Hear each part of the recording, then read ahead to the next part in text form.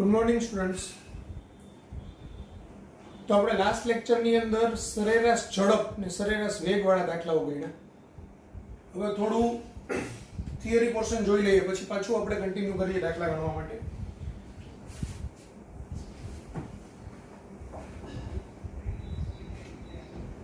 જો આપણે સ્થાનાંતર વિરુદ્ધ સમય અથવા તો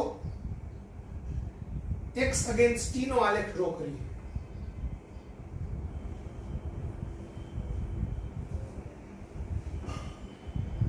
તો x અગેન્સ્ટ t ના આલેખનો ઢાળ, હવે સપોઝ ધ્યાન આપો, x અગેન્સ્ટ t ના આલેખ સીધી રેખા પણ હોઈ શકે, આવો પણ હોઈ શકે, આવો પણ હોઈ શકે. અને આપણે 1 નંબર કહીએ અને 2 નંબર કહીએ અને 3 નંબર. તો x અગેન્સ્ટ t ના આલેખનો ઢાળ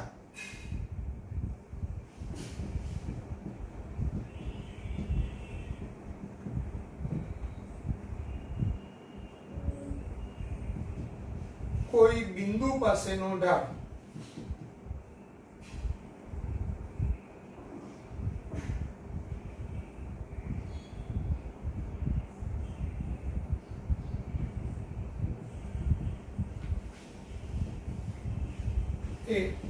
તે બિંદુએ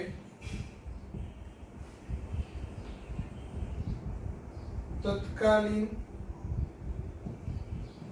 ઝડપનું મૂલ્ય આપે છે.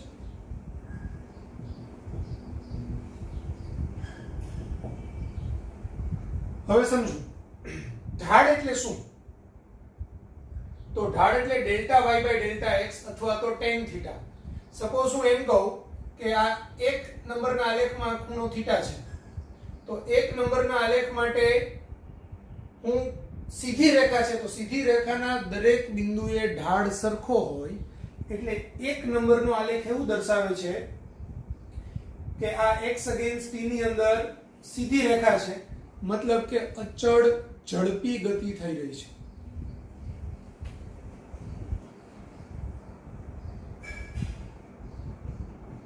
x અગેન્સ્ટ t ના આલેખનો આલેખ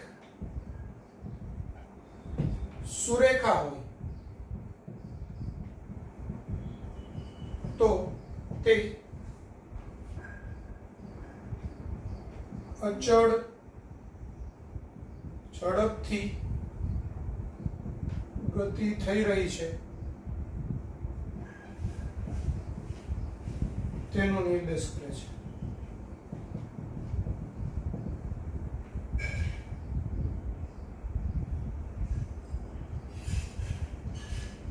આ રેખાનો ઢાળ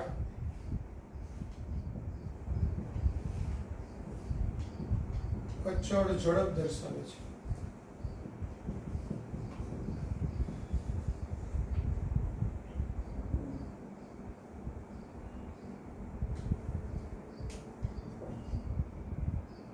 ઢાળ એટલે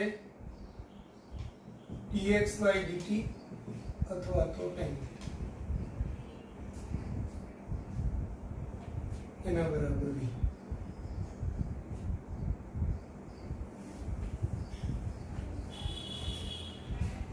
હવે તત્કાલીન ઝડપનો મતલબ સમજાવો. સપોઝ હું એમ કહું કે આ બિંદુએ મારે ઢાળ શોધવો છે, તો અહીંયા મારે એક સ્પર્શક ડ્રો કરવાનો.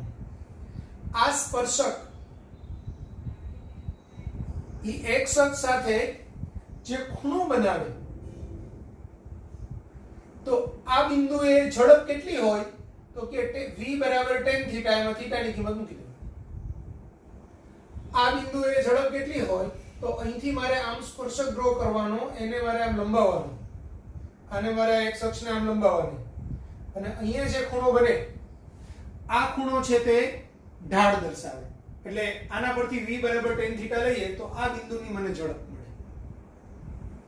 અહીંયા મારે જોઈતું હોય તો મારે આમ સ્પર્શક ડ્રો કરવાનો, અહીંનો જે ખૂણો મળે તે એના પરથી v બરાબર tan થીટા લઈએ તો મને તે બિંદુની ઝડપ મળે. આમ x અગેન્સ્ટ t આલેખના કોઈ પણ બિંદુએ દોરેલો સ્પર્શક એ તે બિંદુએ ઝડપ દર્શાવે છે.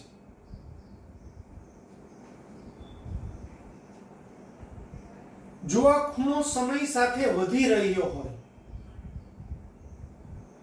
ટી સાથે આ ખૂણાનું મૂલ્ય વધી રહ્યું હોય તો એનો મતલબ એવો થાય કે ઝડપ વધી રહી છે. જો સમય સાથે આ ખૂણો ઘટી રહ્યો હોય, અહીંયા ખૂણો છે એ કેવો થાય, આમ થશે તો આટલો ખૂણો છે. તો સમય સાથે આ ખૂણો ઘટી રહ્યો હોય તો આપણે એમ કહી શકાય કે ઝડપ ઘટી રહી છે, અહીંયા ઝડપ વધી રહી છે. એટલે આ પ્રવેગી ગતિ છે, આ પ્રતિપ્રવેગી ગતિ છે અને આ અચળ વેગી ગતિ છે. તો ટી સાથે થીટા અચળ રહેતો હોય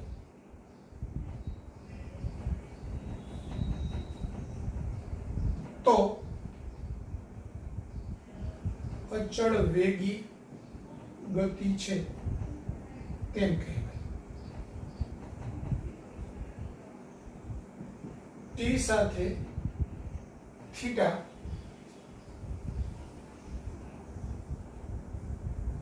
નું મૂલ્ય ઘટી રહ્યું હોય તો સમય સાથે વેગમાં ઘટાડો થાય છે.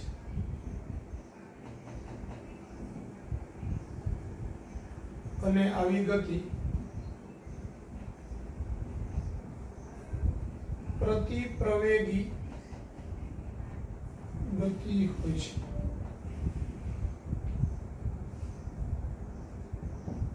ટી સાથે થીટાનું મૂલ્ય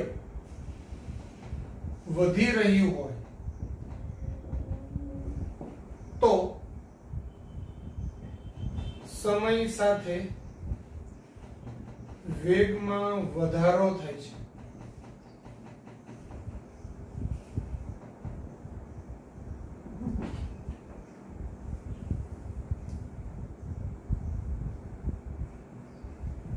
અને આવી ગતિ પ્રવેગી ગતિ હોય છે.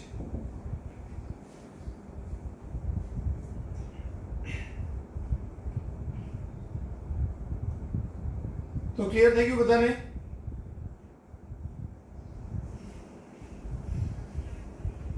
આ આકૃતિને આપણે ખાલી એટલું જ બતાવીએ.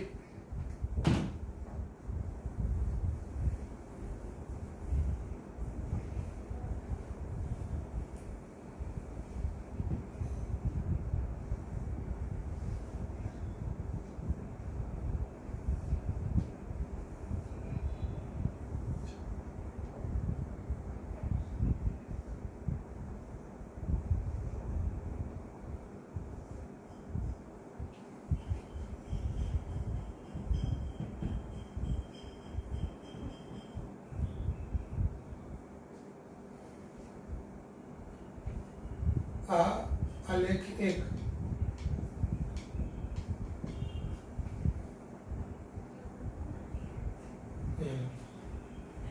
आलेख 1 प्रतिप्रवेगी वाળો आलेख 2 અને આ આલેખ 3.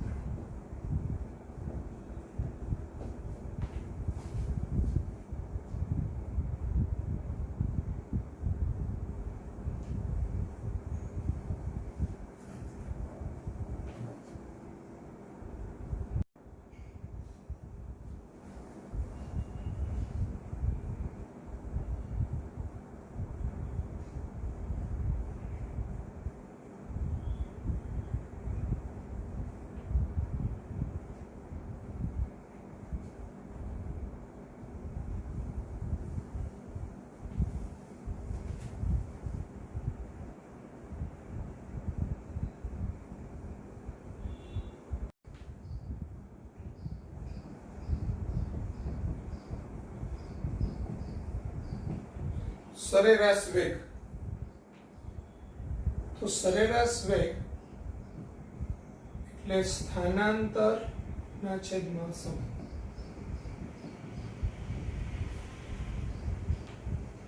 જો પદાર્થ ડેલ્ટા ટી સમયમાં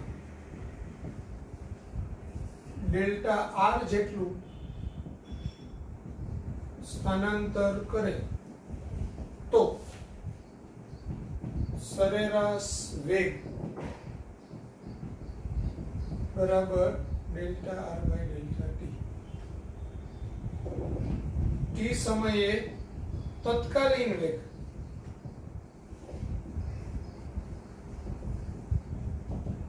બરાબર limit delta T tends to 0 delta R by delta T એટલે કે dr બાય dt. તો સ્થાનાંતરનું સમયની સાપેક્ષે વિકલન કરીએ તો વેગ મળે, પથ લંબાઈનું સમયની સાપેક્ષે વિકલન કરીએ એટલે કે કાપેલા અંતરનું સમયની સાપેક્ષે વિકલન કરીએ તો આપણને સરેરાશ ઝડપ મળે અથવા તો તત્કાલીન ઝડપ મળે. તો ઝડપ અને વેગ બેમાં શું ડિફરન્સ છે? તો કે તત્કાલીન ઝડપ અને તત્કાલીન વેગમાં કોઈ ડિફરન્સ નથી, કારણ કે તત્કાલીન ઝડપ એટલે ટી ક્ષણે ઝડપ અને ટી ક્ષણે વેગ. તો ટી ક્ષણે ઝડપ અને વેગ લગભગ સરખા જ હોય.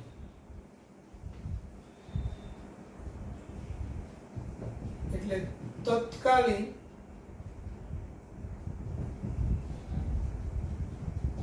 વેગનું મૂલ્ય એટલે તત્કાલીન ઝડપ. ખાસ યાદ રાખજો, તત્કાલીન વેગનું મૂલ્ય એટલે તત્કાલીન ઝડપ. એટલે આપણે આગળ જોઈશું કે સદિશ ભણવાનું આવશે ત્યારે સદિશ સ્વરૂપની અંદર કોઈ તત્કાલીન વેગ હોય તેનું મૂલ્ય લઈએ માનાંકમાં v તો એની ઝડપ કહેવાય.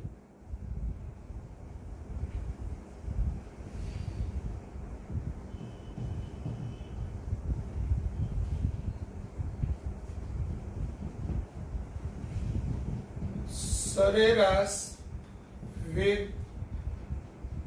નું મૂલ્ય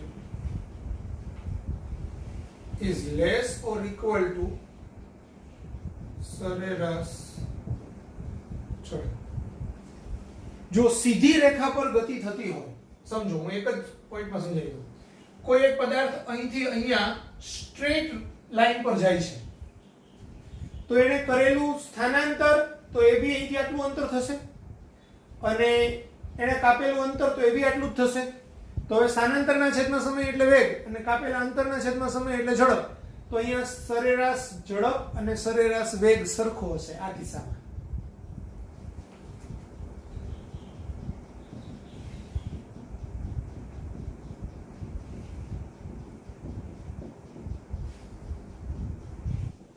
બીજા કિસ્સામાં આપણે એમ વિચારીએ કે પદાર્થ અહીંથી આમ જાય છે, હવે આ એ બિંદુ એનું પ્રારંભિક છે, બી બિંદુ અંતિમ છે, ગતિ આમ કરે છે. તો સરેરાશ ઝડપ એટલે શું થાય? અહીંથી આટલું અંતર જ્યારે એટલે અહીંથી આટલું અંતર છેદમાં લાગતો સમય એટલે કે પથ લંબાઈ આ થાય. જ્યારે સ્થાનાંતર અહીંથી સીધું અંતર થાય તો સ્થાનાંતર નાનું થશે. એટલે આ કિસ્સામાં સરેરાશ ઝડપ is greater than સરેરાશ વેગ.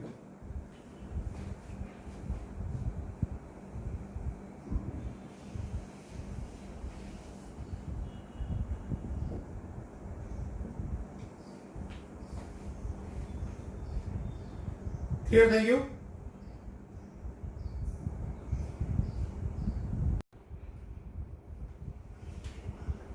હવે પ્રવેગ.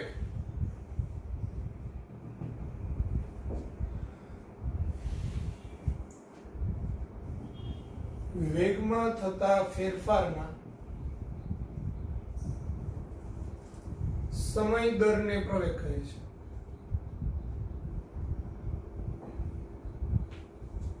બરાબર? તો સરેરાશ પ્રવેગ બરાબર વેગમાં ફેરફાર છેદમાં સમયકાળ. એટલે કે a બરાબર delta v by delta t સમયે તત્કાલીન પ્રવેગ એ બરાબર limit delta T tends to 0 delta V by delta T એટલે કે ડીવી બાય ડીટી. તો ટી સમયે તત્કાલીન પ્રવેગ એટલે ડીવી બાય ડીટી. તો એ બરાબર ડીવી બાય ડીટી.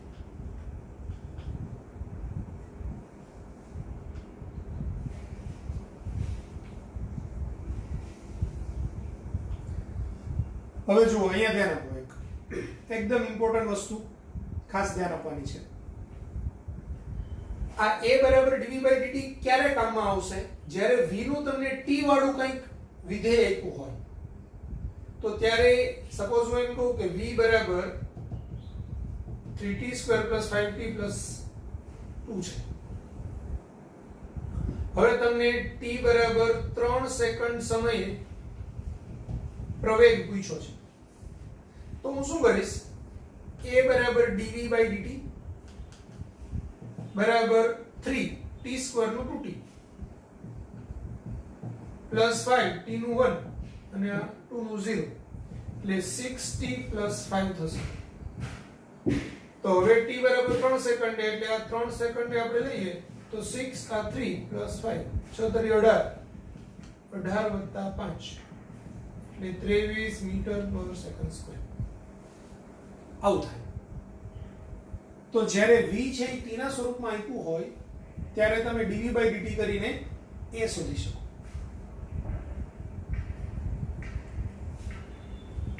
હવે v બરાબર 3t² + 5t + 2 આપ્યું છે, પણ હું એમ કહું કે ચોથી સેકન્ડે સ્થાનાંતર જોઈએ છે,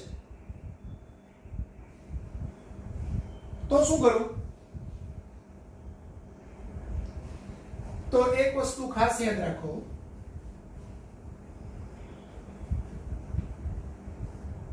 કે x નું વિકલન કરો ત્યારે v મળે, v નું વિકલન કરો ત્યારે a મળે.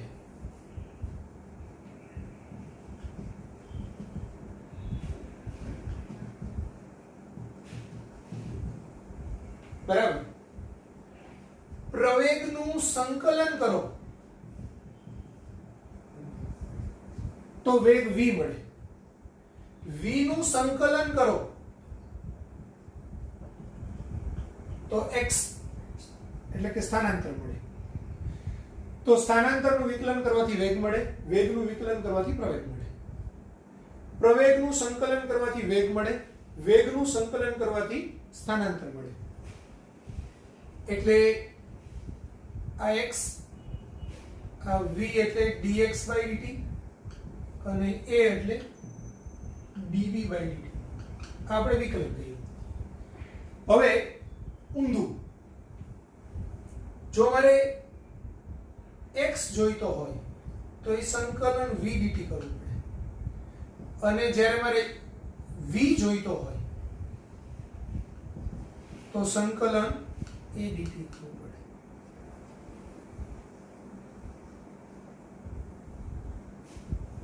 તો x નું v કરવું હોય, જો x પછી v પછી a, એટલે ચડતા ક્રમમાં જાઓ તો વિકલન, ઉતરતા ક્રમમાં આવો તો સંકલન.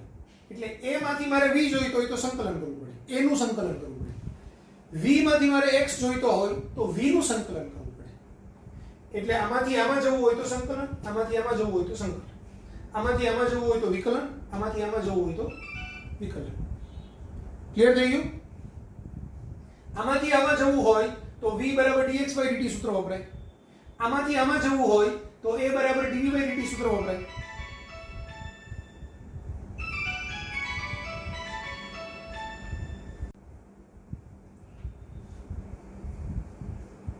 તો x માંથી v જોઈતો હોય તો v બરાબર dx by dt સૂત્ર વાપરવાનું, v માંથી a જોઈતો હોય તો a બરાબર dv by dt સૂત્ર વાપરવાનું.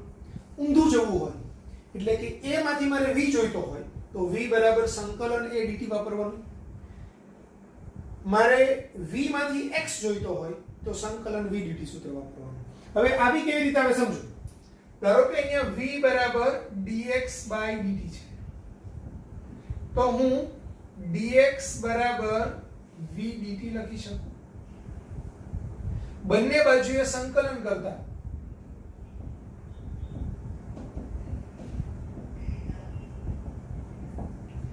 સંકલન dx એટલે સંકલન v dt, પણ સંકલન dx એટલે x થાય, એટલે x બરાબર સંકલન v.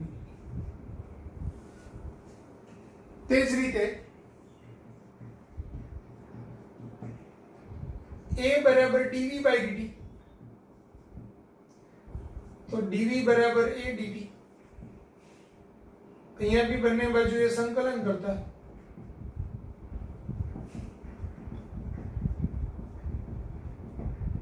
સંકલન dv એટલે સંકલન a dt, સંકલન dv એટલે v થાય, તો a dt. ક્લિયર થઈ ગયું બધાને? તો આપણે આવી ખાસ યાદ રાખશું. પછી હજુ એક અગત્યની ખૂબ અગત્યની જરૂરિયાત પડે એવું સૂત્ર છે, બી અહીંયા જ લખી દઉં કે a બરાબર આ dv by dt તો લખ્યું જ, પણ હું એને ક્યારેક આમ પણ બતાવી શકું, dv by dt એની જગ્યાએ dv by dx ગુણાકારમાં dx by dt.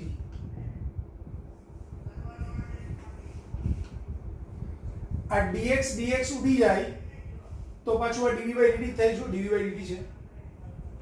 હવે આ dx by dt એટલે તો v થાય, એટલે હું આને v dv by dx આમ લખી શકીશ. એટલે a બરાબર ઘણી બધી જગ્યાએ મને આ સૂત્રની પણ જરૂર પડશે. a એટલે સીધું જ v dv by dx, કારણ કે a બરાબર dv by dt થાય, dv by dt એટલે dv by dx dx by dt થાય, એટલે આ બે ઉડી જાય એટલે પાછું dv by dt થયું. હવે આ dx by dt એટલે v કહેવાય, તો v dv by dx આને પણ પ્રવેગ કહેવાય. બરાબર?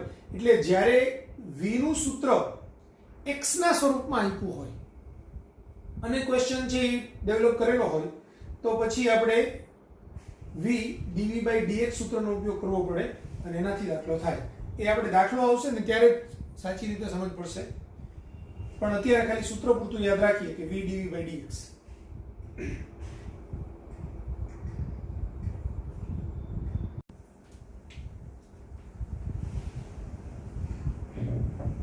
હવે પ્રવેગ માટેના થોડાક આલેખો જોઈ લઈએ. જો આપણે v વિરુદ્ધ t નો આલેખ જો કરીએ,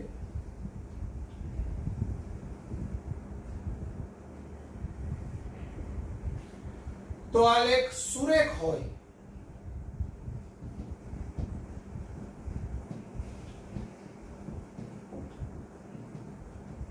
તો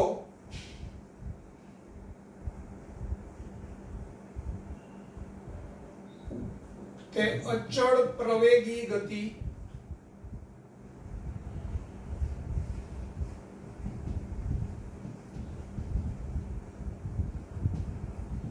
v વિરુદ્ધ t નો આલેખ સુરેખ હોય તો તે અચળ પ્રવેગી ગતિ દર્શાવે છે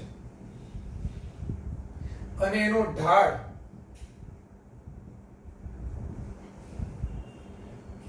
બરાબર delta v by dv by dt એટલે કે tan થીટા એ પ્રવેગ દર્શાવે છે. એટલે v વિરુદ્ધ t ના આલેખનો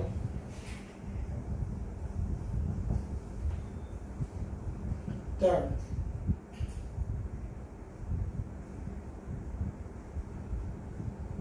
પ્રવેગ દર્શાવે છે.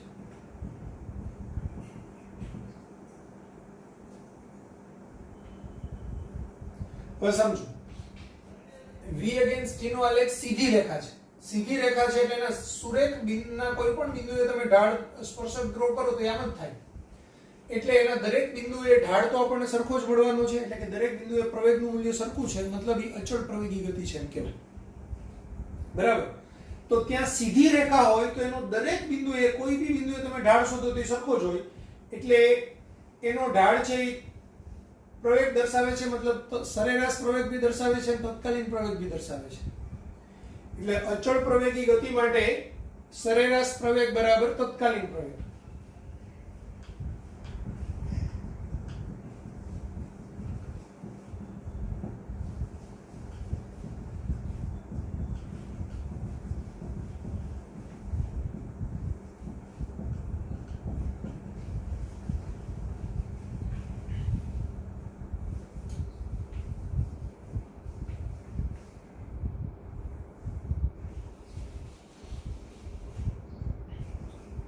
જો આ ઢાળ છે એ ગ્રેટર ધેન 0 હોય, એટલે કે થીટા છે એનું મૂલ્ય 0 થી લઈને 90 અંશ સુધીનું હોય, જો થીટા નું મૂલ્ય 0 અને 90 અંશ ની વચ્ચે હોય તો tan થીટા નું મૂલ્ય ધન મળે, એટલે કે પ્રવેગ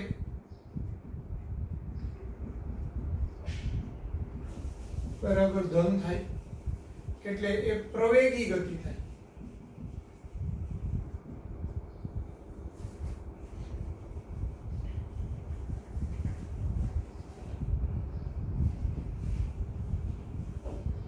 જો આમ હોય, આલેખ v અગેન્સ્ટ t નો જ છે, તો થીટા નું મૂલ્ય છે એ 90 અને 180 વચ્ચે હોય.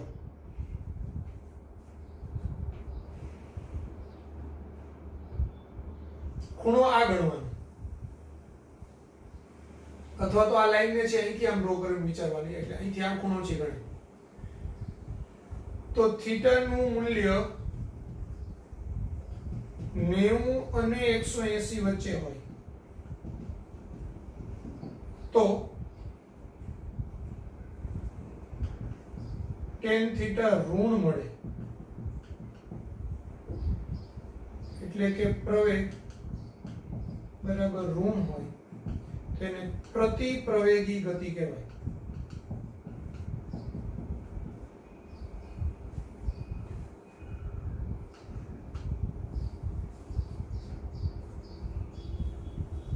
જો v અગેન્સ્ટ t નો આલેખ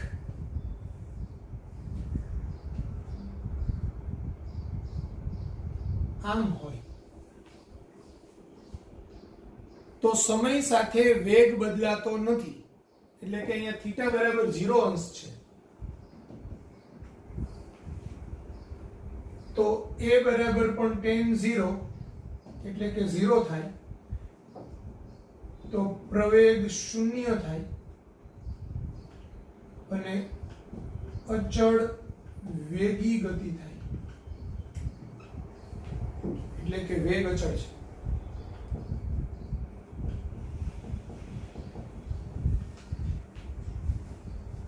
ક્લિયર થઈ ગયું? તો v અગેન્સ્ટ t નો આલેખ જો સુરેખ હોય અને સ્ટ્રેટ લાઈન હોય ઊભી, તો એનો મતલબ શું થાય? v અગેન્સ્ટ t નો આલેખ સુરેખ છે, સ્ટ્રેટ લાઈન, પણ એનો ઢાળ છે એ કેવો છે? 0 અને 90 વચ્ચેનો, એટલે થીટાનું મૂલ્ય 0 અને 90 વચ્ચેનું છે, એટલે કે એનો ઢાળ ધન છે. જો ઢાળ ધન હોય તો આપણે એમ કહી શકાય કે પ્રવેગી ગતિ કરે છે. જો એનો ઢાળ ઋણ હોય તો પ્રતિપ્રવેગી ગતિ કરે છે, અને ઢાળ 0 હોય તો એનો વેગ અચળ છે, પ્રવેગનું મૂલ્ય 0 થાય. હવે હજુ આગળ એની અંદર આવશું બીજા બે કિસ્સા.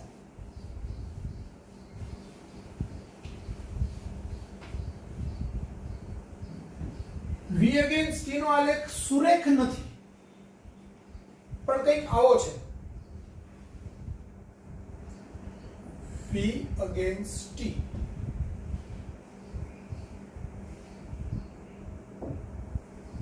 આમ છે, તો અહીંયા હું અહીંયા એક સ્પર્શક ડ્રો કરું, આ θ1, અને એક સ્પર્શક અહીંયા ડ્રો કરું, આ θ2, તો શું થશે? આ t1 સમયે, આ t2 સમયે. તો સમયનું મૂલ્ય વધ્યું એમ ખૂણો વધ્યો. પહેલા તો v અગેન્સ્ટ t નો આલેખ વક્ર હોય તો તેના કોઈ પણ બિંદુએ દોરેલો સ્પર્શક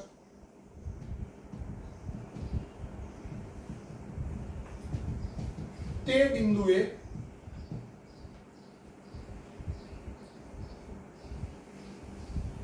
તત્કાલીન પ્રવેગ આપે છે.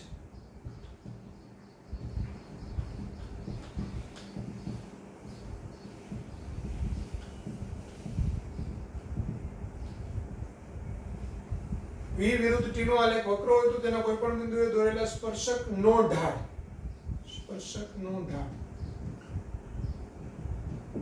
તે બિંદુએ તત્કાલીન પ્રવેગનું મૂલ્ય આપે છે. જો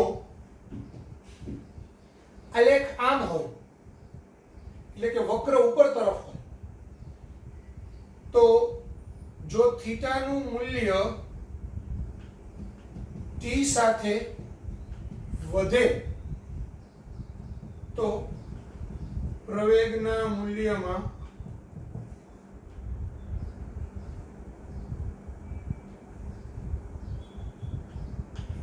સમય સાથે વધારો થાય છે.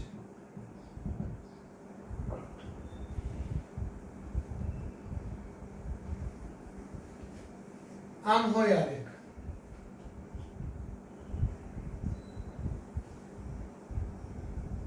V against T નો આલેખ તો જો થીટાનું મૂલ્ય T સાથે ઘટે તો પ્રવેગના મૂલ્યમાં સમય સાથે ઘટાડો થાય છે. સમજો અહીંનો આલેખ છે આમ થશે તો થીટા આટલો હશે.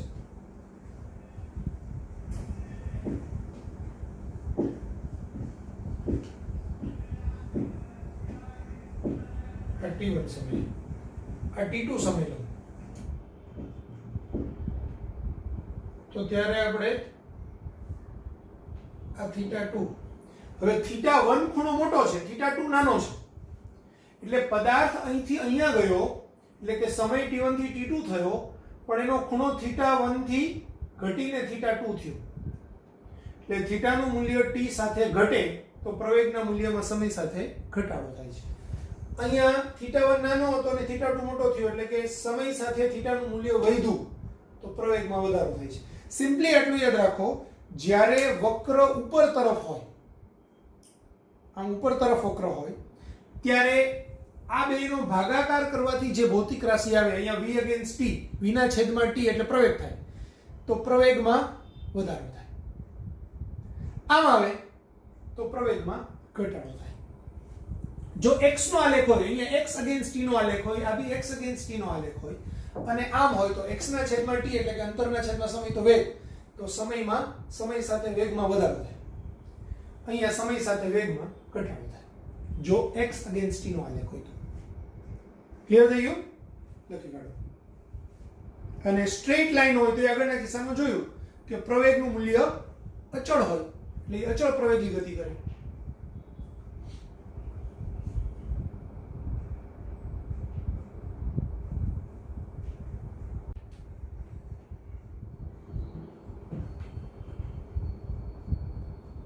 x વિરુદ્ધ t ના આલેખ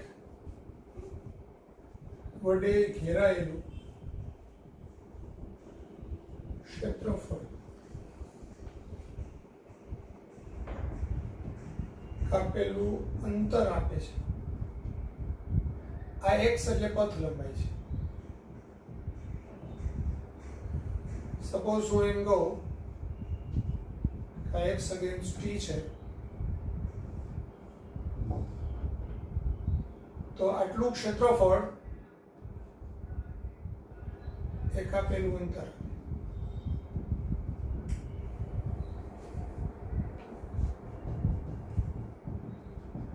સ્થાનાંતર વિરુદ્ધ t ના આલેખ વડે ઘેરાયેલું ક્ષેત્રફળ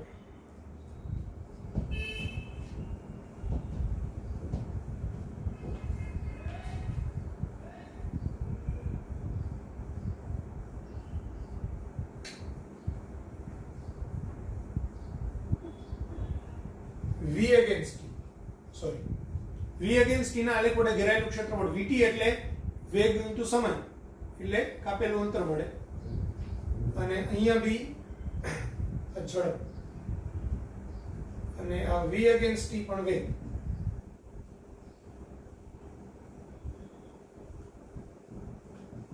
સ્થાનાંતર આપે છે.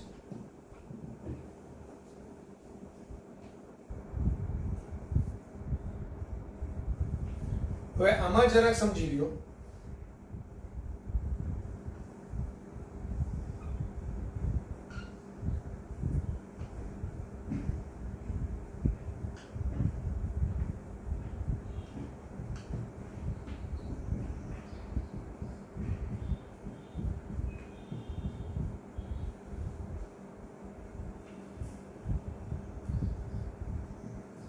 ટી અક્ષ ની ઉપર તરફ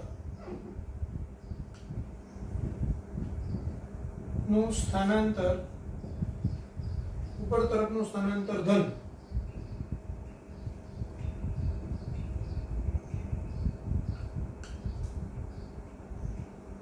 અને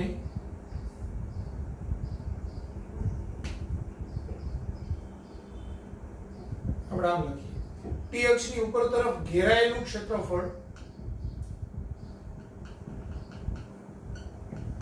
ધન તથા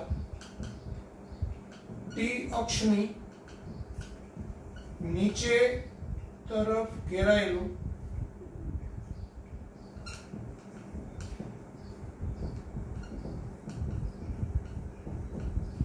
ઋણ લેવું.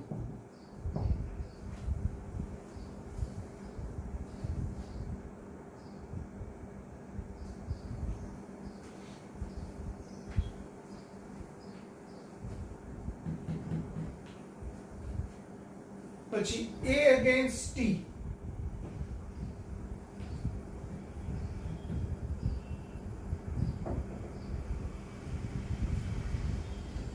એમાં કંઈક ક્ષેત્રફળ ઘેરાયેલું હોય એટલે ગમે તેવા આકારનું હોય તો a against t ના આલેખ વડે ઘેરાયેલું ક્ષેત્રફળ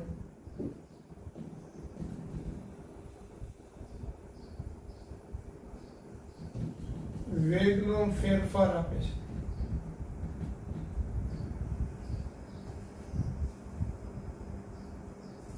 જો જનરલ નિયમ આવો છે, સિમ્પલ વસ્તુ કે v = delta x by delta t થાય તો delta x બરાબર v into delta t. તો v against t નો જ્યારે આલેખ હોય અને t સાથે ઘેરાયેલું ક્ષેત્રફળ આપણે લઈએ, એના બે બિંદુ હોય તો આમ નીચે લેવાનું તો t અક્ષ સાથે એટલે આ ડેલ્ટા t કહેવાય એક્ચ્યુઅલી અને આ v કહેવાય. તો v delta t delta x આવે પણ એ ડેલ્ટા x માં આપણે ડેલ્ટા x એટલે સ્થાનાંતર અથવા તો પથ લંબાઈ ત્યાં સુધીનું કાપેલું અંતર એટલે આપણે આને પથ લંબાઈ અથવા સ્થાનાંતર કહીએ છીએ. આ બે કેસ આવી એ એટલે delta v by delta t થાય તો ડેલ્ટા v બરાબર શું થાય a ડેલ્ટા t બરાબર. તો આ ડેલ્ટા v છે વેગનો ફેરફાર છે એટલે ડેલ્ટા v બરાબર a ડેલ્ટા t થશે.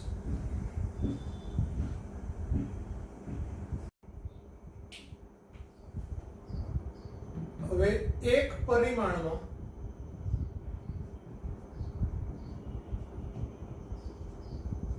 અચળ પ્રવેગી ગતિના સમીકરણ.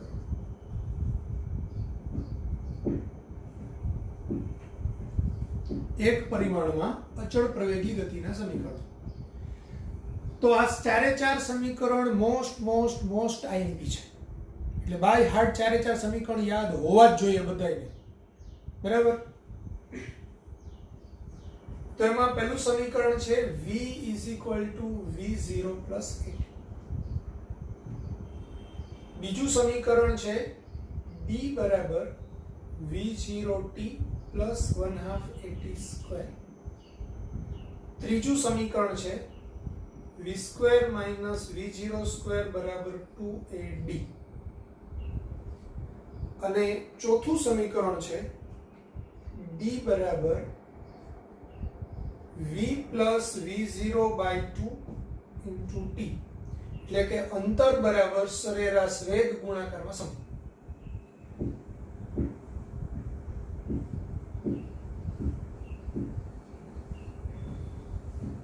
તો આ 4 સમીકરણો છે જ્યાં v0 છે તે પ્રારંભિક વેગ છે,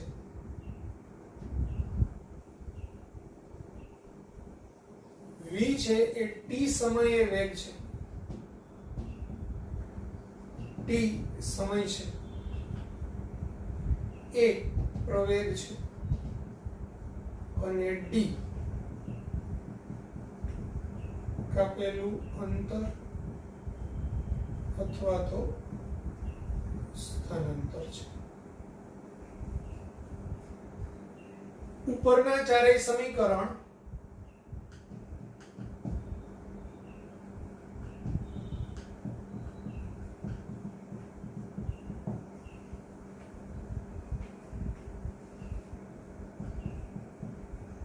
શરૂઆતમાં પદાર્થ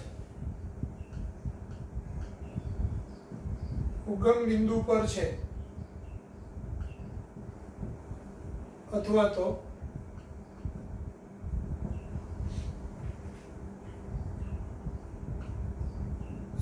શરૂઆતના બિંદુને ઉગમ બિંદુ લઈએ છીએ,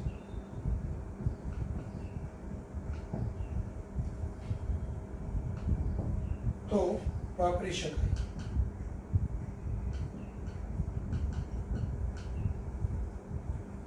જો t બરાબર 0 સમયે પદાર્થનું સ્થાન x0 પર હોય તથા t બરાબર t સમયે પદાર્થનું સ્થાન x પર હોય તો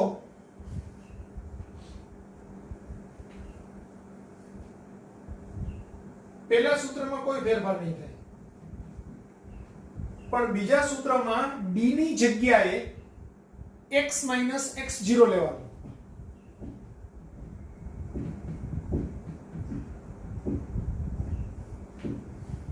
એટલે અહીંયા x - x0 લો તો x0 માઈનસ છે પહેલી બાજુ જાય તો પ્લસ થાય, એટલે અંતિમ સમીકરણ ટૂંકમાં આવું થાય: x બરાબર x0 વત્તા v0t વત્તા 1/2 at².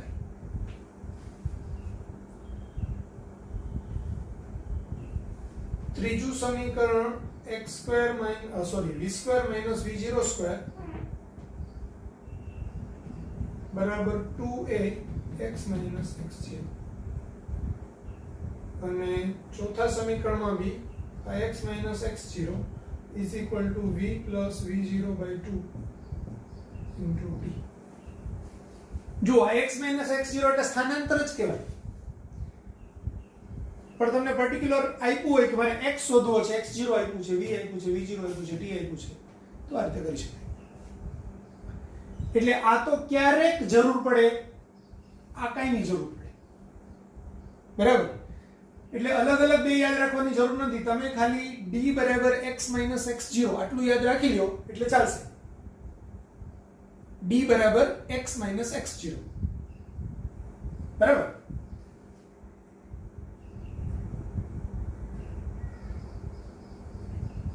હવે ક્યારે કયું સૂત્ર વાપરવું ખૂબ ઇમ્પોર્ટન્ટ.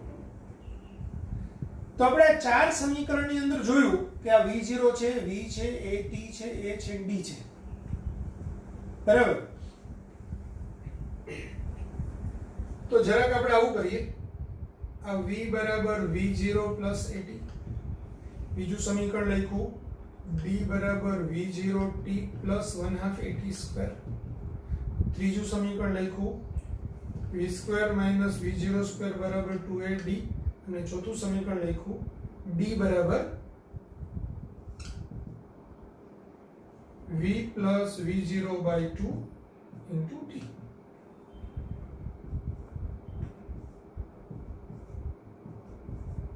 હવે આ બાજુએ લખીએ V0 પછી D પછી V પછી T અને પછી A.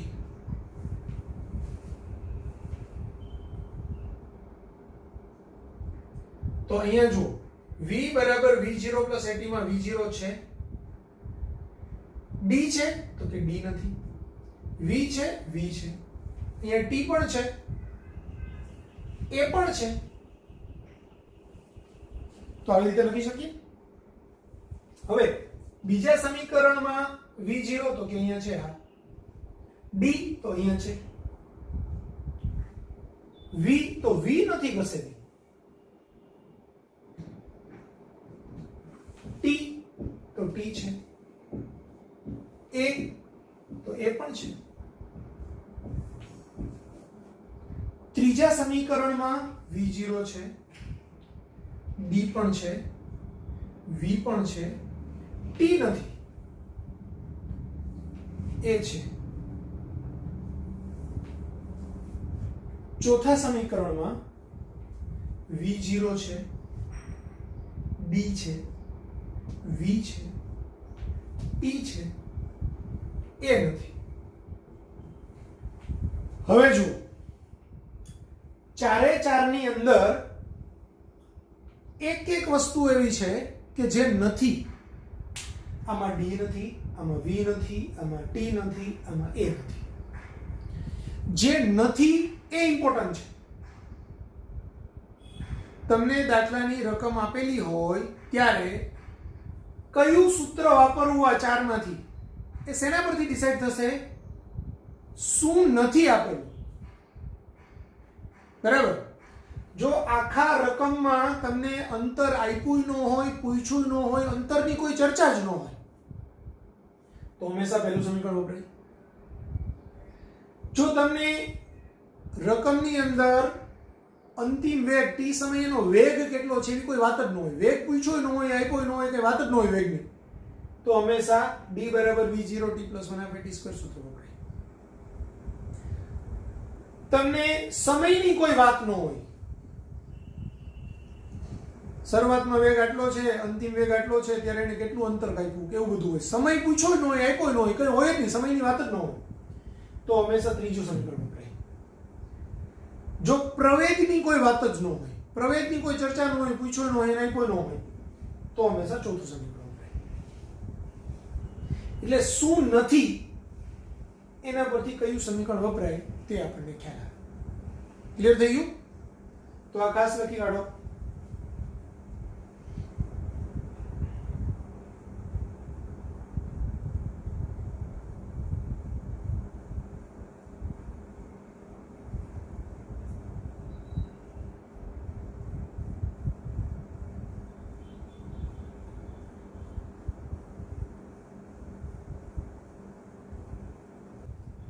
હવે nમી સેકન્ડમાં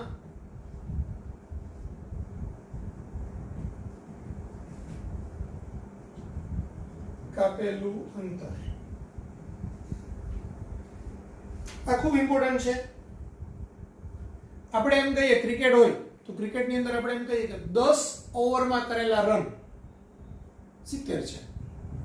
10 ઓવરમાં કરેલા રન 70 છે. મતલબ શું થાય? 10 ઓવરમાં કરેલા રન તો 0 થી લઈને 10 એટલે કે મેચ સ્ટાર્ટ થઈ ત્યાંથી લઈને 10 ઓવરની અંદર કરેલા રન ટોટલ 70 છે. હવે હું એમ કહું 10મી ઓવરમાં કરેલા રન 7 છે અથવા તો 8 છે, તો 10મી ઓવરનો મતલબ શું થયો કે 9મી ઓવર પૂરી થઈ પછી 10મી ઓવરના પહેલો દડો, બીજો દડો, ત્રીજો, એવી રીતે 6 બોલ ફેંકાય તો એ 6 બોલમાં કરેલા રન છે 8 છે ટોટલ. તો 10મી ઓવરમાં કરેલા રન શોધવા હોય પણ મને સ્કોર આપ્યો છે 9મી ઓવરના અંતેનો સ્કોર આપ્યો છે, 10મી ઓવરના અંતનો સ્કોર આપ્યો છે, તો હું શું કરું? હું એમ કહું કે ભાઈ 9મી ઓવર પૂરી થઈ ત્યારે સ્કોર હતો સપોઝ 62 નો અને 10મી ઓવર પૂરી થઈ ત્યારે એનો સ્કોર હતો 70 નો. તો હું 10મી ઓવરમાં કરેલા રન શોધવા હોય તો શું કરીશ? 70 - 62 એટલે મને 8 રન મળશે. તો અહીંયા nમી સેકન્ડમાં કરેલા રન શોધવા હોય તો મારે શું કરવું પડે? n સેકન્ડના અંતે થયેલું સ્થાનાંતર અને n-1 સેકન્ડના અંતે થયેલું સ્થાનાંતર એ બેની બાદબાકી કરવી. ધારો કે 6ઠી સેકન્ડમાં કરેલું સ્થાનાંતર તો 5 સેકન્ડ પૂરી થઈ. 5 એટલે શું કહેવાય? 6 - 1 એટલે 5 કહેવાય. તો 5 સેકન્ડ પૂરી થઈ ત્યારનું સ્થાનાંતર અને 6ઠી સેકન્ડ પૂરી થઈ ત્યારનું સ્થાનાંતર, એ બેનો તફાવત લઉં તો મને 6ઠી સેકન્ડમાં થયેલું સ્થાનાંતર મળે. એટલે nમી સેકન્ડમાં કાપેલું અંતર એમાં જો મારે કેવું હોય તો હું આમ કરું, એને Sn કહીશ. તો Sn એટલે n સેકન્ડમાં કાપેલું અંતર માઈનસ n-1 સેકન્ડમાં કાપેલું અંતર. હવે d નું સૂત્ર છે v0t + 1/2at². તો અહીંયા આ v0 t ની જગ્યાએ n લેવાનું છે. v0t + 1/2at² એટલે n². આ મેં કોની કિંમત મૂકી? dn ની. d બરાબર v0t + 1/2at² સૂત્ર મુજબ માઈનસ અહીંયા શું આવશે તો કે v0 n-1 + 1/2 a n-1 એનો સ્ક્વેર.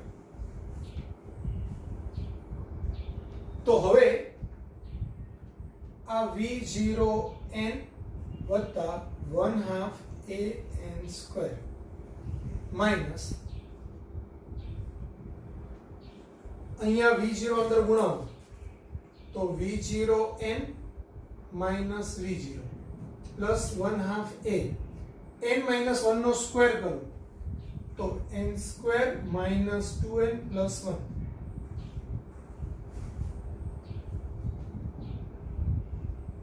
હજુ v0n + 1/2 an² minus v0n - v0 plus, હવે આ આને અંદર ગુણાઈ લો તો 1/2 an² માઈનસ આ 2 કેન્સલ એટલે an અને પ્લસ આને ગુણે એટલે a/2. હવે હું બ્રેકેટ છોડી નાખું તો આ v0n + 1/2 an² minus v0n minus minus plus v0 minus 1/2 an² minus minus plus an minus a/2. હવે જો આ બે કેન્સલ, આ બે કેન્સલ. શું બચ્યું? તો આ 1, આ 2 અને 3 સ્ટેપ બચ્યા. તો v0 + an minus a/2.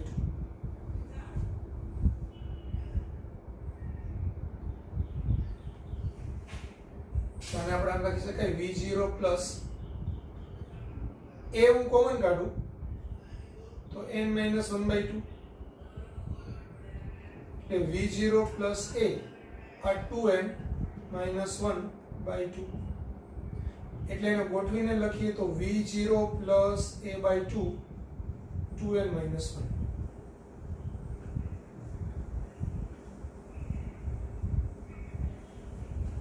Sn એટલે nમી સેકન્ડમાં કાપેલું અંતર તો એ v0 એટલે પ્રારંભિક વેગ વત્તા a/2 બ્રેકેટમાં 2n - 1. ક્લિયર થઈ ગયું બધાને? તો આ સૂત્રનું ખૂબ ઉપયોગી છે એટલે બધાએ કમ્પલસરી યાદ રાખવાનું છે કે nમી સેકન્ડમાં કાપેલું અંતર એટલે v0 + a/2 બ્રેકેટમાં 2n - 1.